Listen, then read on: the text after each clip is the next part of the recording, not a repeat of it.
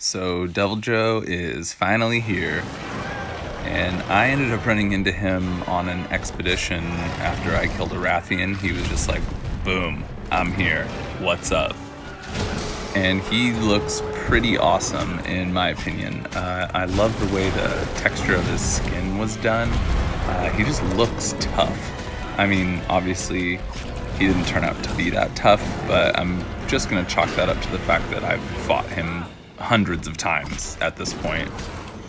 So he's not too different from his counterparts in other games like Try or 3U or 4U, but it's just cool to have him in this game regardless. It's always a great addition. Didn't really feel like 100% like Monster Hunter until he was in. But like I said at the beginning, he just came in right after I killed that Rathian, and I had my cat with me. Obviously I had one of my endgame sets on. This set actually has guard 3 on it, which was nice because I got to test it out against a couple of his moves. Seemingly can block most everything. He does have a move where he jumps and grabs you, similar to Anjanath or Rathalos, and that'll come up here shortly. And I don't know if I may have mistimed the block or what, but it may just be considered a grab type move, and you may actually have to dodge out of that one.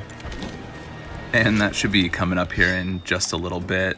But man, I am just so impressed with just how he looks. Later you'll see in the forest where it's a little darker, that he has this glow, this red glow to his eye, and it just looks so menacing. I really like the way that they did that.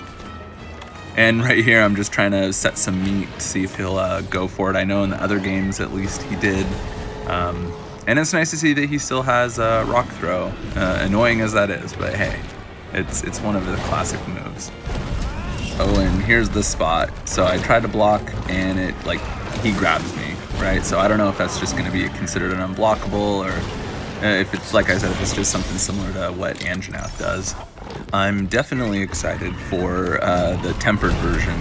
I'm assuming, I don't know as of this moment, but I'm assuming that there is a tempered version of Joe. Some of his attacks didn't seem to do all that much damage, and of course part of that is that I'm wearing fully augmented gear with maxed out defense, but still he felt a little on the weak side.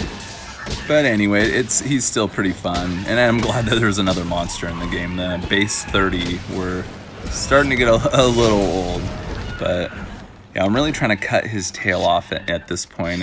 I really want that, and I need to break his jaw too. I'm guessing those are going to be quite similar to the way that he worked in the other games. So we're just going to follow him over to the foresty area, pick up some tracks. That's one thing, right when I saw that, when I was playing, I remember thinking that, oh yeah, I gotta collect tracks again. That's a thing again. Of course, other than farming elder tracks, which is so fun. I like how Marx is just running around just like a madman.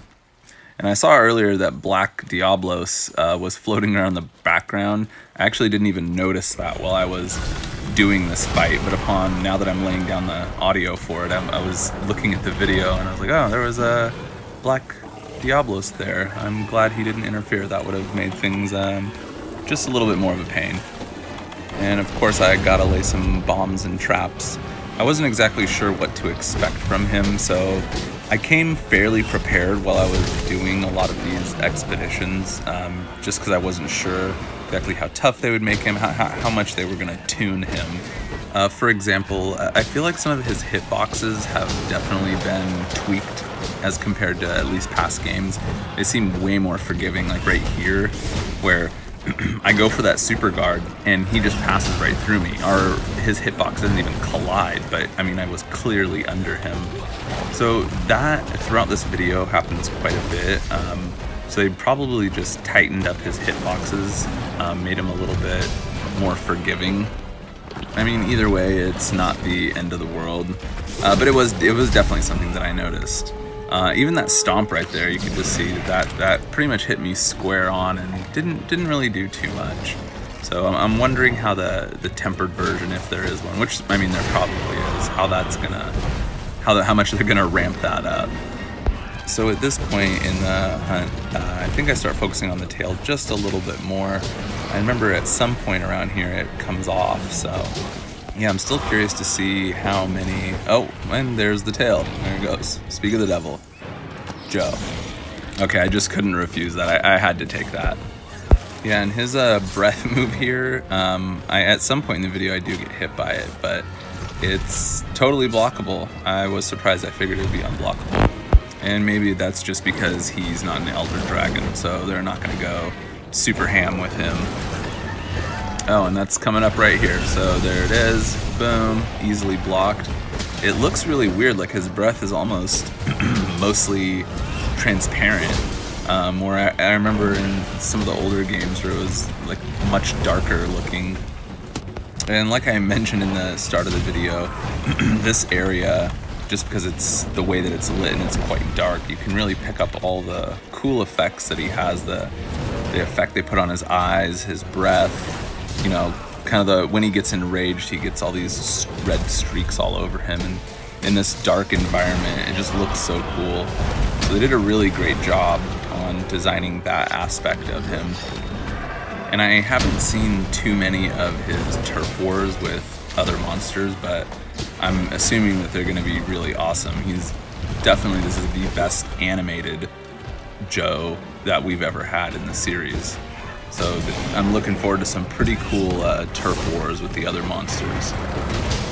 While this footage was uploading, I did have a chance to look through the armors and weapons made from his parts, and I have to say, I mean, the armor looks super cool. I really like how it looks, but as far as usefulness, I don't know. I felt a little bit disappointed, I guess, in the alpha and beta versions.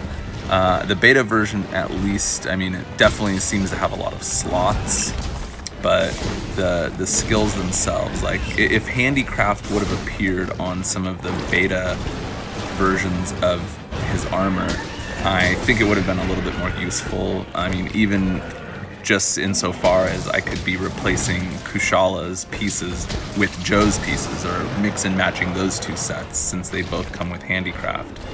But I think the armor just wasn't super impressive. I mean, it's definitely decent, but I don't think it's anything to write home about, which kind of sucks.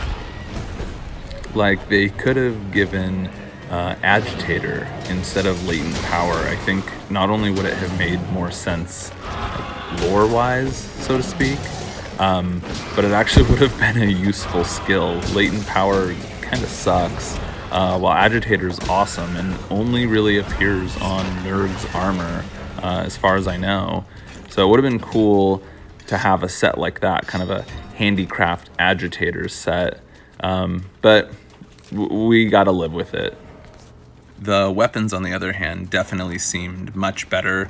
I really only paid attention mostly to the lance and the greatsword, but both of those seem pretty good.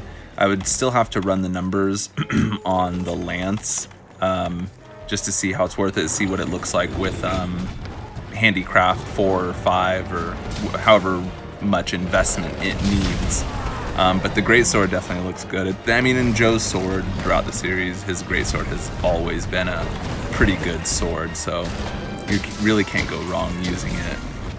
The Palico gear does look pretty cool too. I switched out on Mark's. He's now wearing the Joe body piece instead of the Basil piece, so I got that out of Joe, which is nice.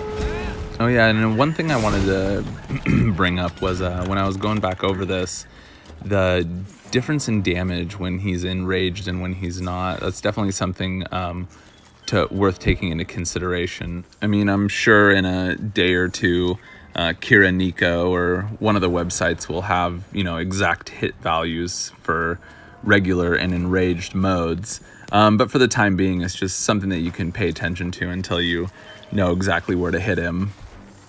And I think at this point, the hunt is essentially winding down. I'm pretty sure he's just going to go off to go to sleep, and he dies shortly thereafter. But it was kind of cool for my first hunt with Joe for him to just come out during this expedition when I wasn't 100% expecting it. I was fairly certain, but he didn't show up as one of the listed monsters, and I was like, well, I'm just kind of doing my own thing.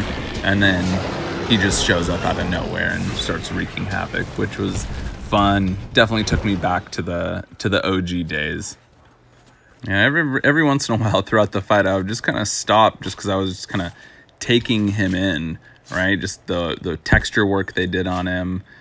He like, I know I mentioned it before and I keep saying it, but he just looks so cool. I love the way that he's designed in this game. It's such a dramatic difference from the way he looked on the 3DS and the portable games, where he was still impressive, but it's really not something that you can even compare. And that about wraps this up. My first hunt in Monster Hunter World against Deviljho.